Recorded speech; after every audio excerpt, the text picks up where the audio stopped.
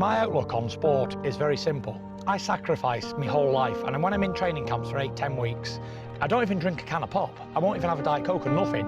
It's just eat, sleep, training. And I won't go out, I won't stay out late, I'll go to bed every night, 8-9 o'clock. I'll wake up early, I'll do exactly what the nutritionist tells me to do, and I won't break anything. There's not one thing more I can sacrifice while I'm in a training camp.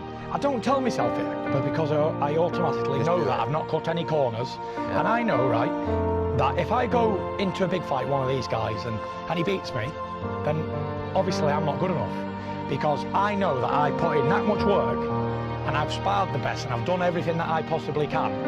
So if I lose to a better man on the night, I'll shake his hand and say, fair play, pal, you're a good fighter. But they don't have that attitude, because they want to make excuses why they lost, or this was wrong, that was wrong, I've hurt my foot, I've hurt my leg, I've had a bad training camp.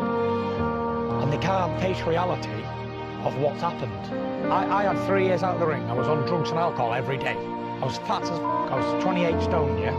And I come back and in 6 months I fought Deontay Wilder. And at the time he was the most feared knockout artist in the history of our sport. And I said, right, the fat bald man will fight you, because all the rest of them won't, because you keep going back and forward, this, that and the other. A side, B side, money, this, that and the other. I said, I'll fight. All of a sudden I've gone in there and absolutely battered him. And everyone's like, oh well, is that what it was all about? They don't want to fight prime. Like Joshua's fought not one heavyweight in his prime. Like he fought Klitschko at 42 years old, Pulev 40 odd, Povetkin 40 odd. They're all like former good men back in the early 2000s, late 2000s, but not in 2020 odd. They were good men 10 years ago. I've been boxing all my life and I'd never heard of this knockout power where he touches you and you fall over. And I wasn't convinced about the power of the Alabama Slammer, the 40 odd knockouts in a row. I thought to myself, it must be a gimmick. Got to be. I wasn't bothered about the power anyway. I thought Klitschko had 60 odd knockouts and it didn't even affect me. So I gets in there, I'm thinking, okay, jab, jab, jab, jab. I'm thinking, this is easy, this can't be right. It must be in a dream. All of a sudden, I went to block a jab and I felt this knuckle go right through my hand. It nearly broke my hand and I went, shit, then I get hit by that. If that's the jab, what's the right hand going to be like? And he really does have the power where you don't feel it. You can get punched in the face and you see blue flash, it hurts you. But then you've got real dynamite punches like Wilder. It's like it just switches you off like a light switch. I got dropped in round 9 with him in the first fight, and he just like touched me at the back of the head. It was sort of there, like a left up there. And I just opened my eyes and I was on the floor and I thought, shit, right, get up. You're obviously down, because you don't know, because your brain's been rattled. You don't realise what's happened. And then you get up and then in round 12, he hit me with a right hand and that was it. I opened my eyes and I saw a referee going 4. Yeah, when you get hit by a proper puncher, you don't know what's happened because you don't see it coming. It's like someone going from behind you and hitting you in the face and you don't know what's happened. You couldn't say it was him or him because you didn't see it. And that's what happens when you get clipped proper off a dynamite, and that's what Wilder's got.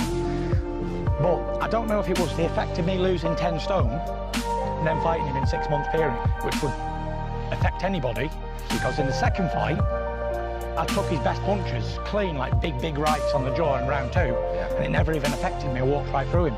But maybe because I'd had another 18 months on top of the first fight. So yeah, I don't know if he really is that big a puncher, but we'll find out anyway in October. I almost know what not to do now, if that makes sense. I know not to have so long without doing anything and giving myself any mental stimulation where I don't train or do anything. Where before, it was like I conquered the world and it was nothing else I wanted to do, that was it. My dream from being a little kid was to beat Klitschko. When I was only young, Klitschko was a world champion, so I was always looking at him. And then when I'd completed it, it was game over for me. I didn't want to continue. Plus, I was mentally unstable. Like, going into that fight, I was very depressed and down and anxious. And I always had that goal of beating Klitschko that kept me on the straight and narrow path. But after that goal was taken away from me, I had nothing else that I could focus on to give me that drive.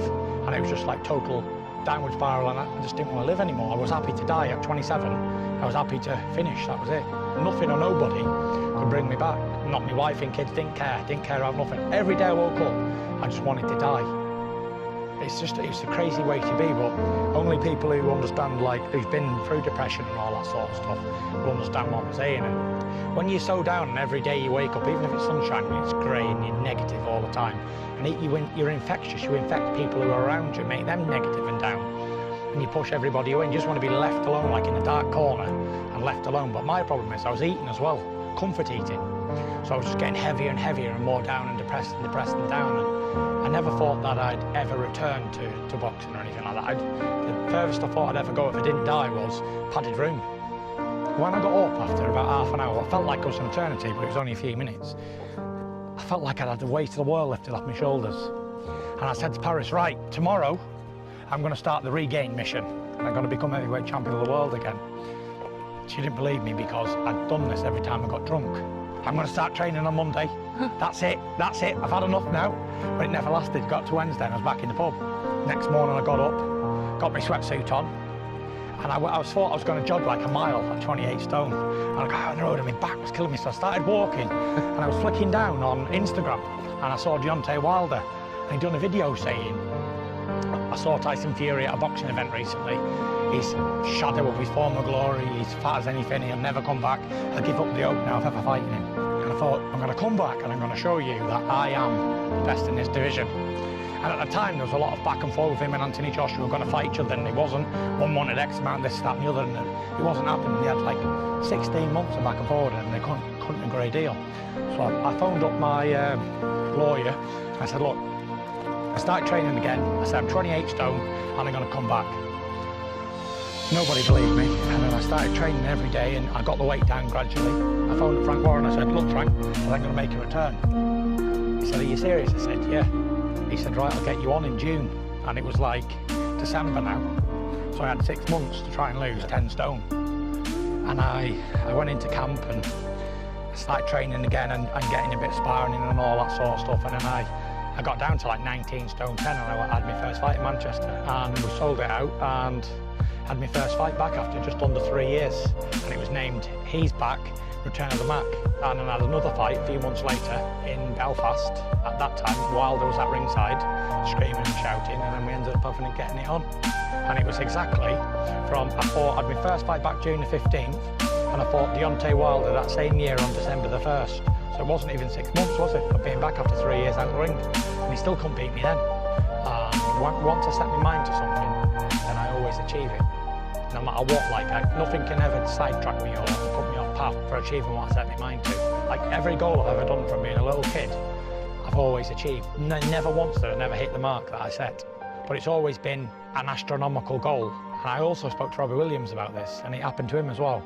And he come up with a thing, it's called Paradise Syndrome. You put your full life into something, and when you reach that unreachable goal, it's like, is this it now? Yeah. Like, and then that's it then. And he had the same, he had like years and years of abusing himself and whatever else. What one day in your career would you relive? None of them, because I live for today. And whatever's happened in the past, I leave there.